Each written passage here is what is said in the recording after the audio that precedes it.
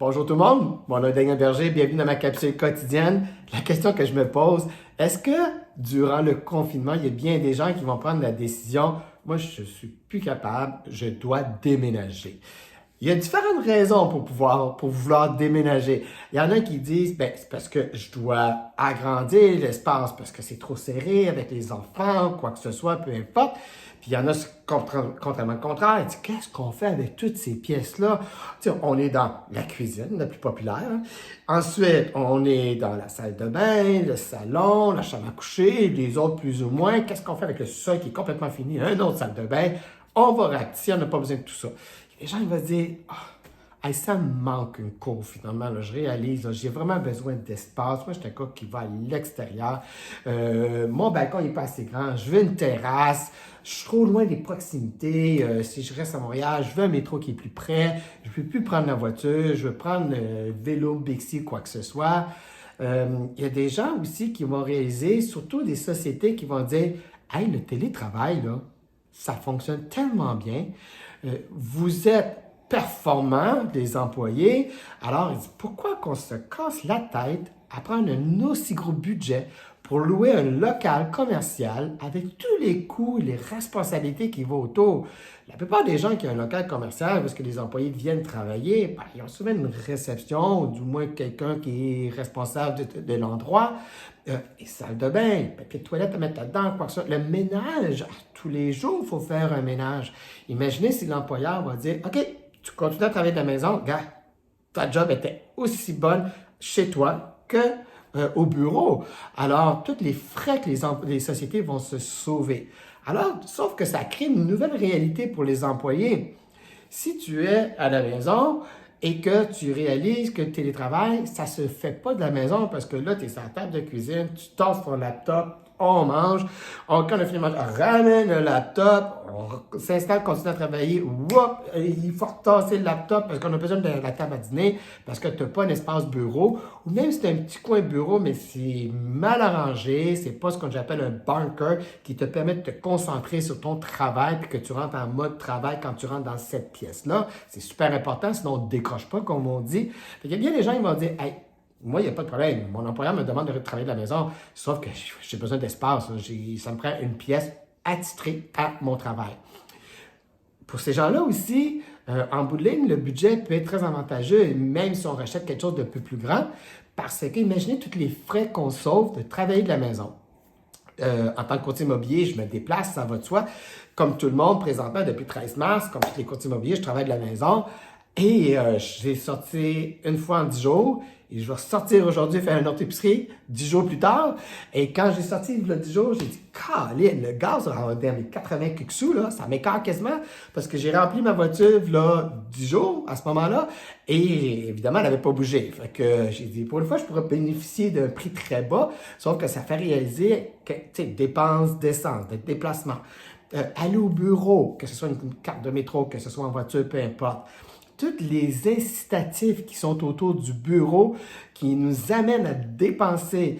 Je ne suis pas un gars qui prend du café, sauf que j'imagine facilement que si j'allais prendre un café, puis je passe devant une boutique qui attire mon œil parce que le nouveau vêtement pour la nouvelle saison vient d'arriver, je rentre dans la boutique, je ressors avec un morceau, c'était pas prévu. Mais quand je pars de la maison de mon bureau, puis je m'en vais chercher mon verre d'eau dans la cuisine, puis je reviens dans le bureau, ben, à moins que j'arrête sur Amazon en passant, là, je devrais être correct. Je ne devrais pas dépenser trop. Et déjà là, juste le café, là, c'est banal comme exemple. Là. Selon moi, c'est plus ou moins 5 peut-être pas à jour, là, un bon café là, à la Starbucks. Ben, aller faire son café avec une bonne machine, un espresso, peu importe, j'imagine que ça ne coûte pas 5 C'est comme, j'imagine pas, je sais que c'est pas ça. Fait que déjà là, on sauve énormément. Le linge de travailler de la maison, c'est fou le linge qu'on sauve parce qu'on ne s'habille pas pareil, évidemment, puis on n'a pas besoin d'être dans une garde-robe aussi remplie, on travaille de la maison. Alors, tout ça mis ensemble, c'est qu'il y a plusieurs gens qui vont devoir déménager pour des raisons professionnelles, personnelles ou quoi que ce soit. Et il y a des gens qui vont devoir déménager par imposition. Qu'est-ce que je veux dire? C'est que dès que le confinement est arrivé, j'ai toujours dit en joke, il va arriver deux choses au Québec. Partout, on peut parler ici au Québec. Il va arriver deux choses. Soit que les couples, ils vont se divorcer parce qu'ils ne seront plus capables de s'endurer, ou bien non, on va avoir un nouveau baby boomer dans 9 mois. Fait que ce soit un divorce, ben là, à un moment donné, souvent, les deux personnes, il y en a un qui reste là, bon, on le vend, puis les deux se rachètent ou quoi que ce soit, ou bien celui qui part va racheter. Fait que ça fait des gens actifs sur le marché de l'immobilier.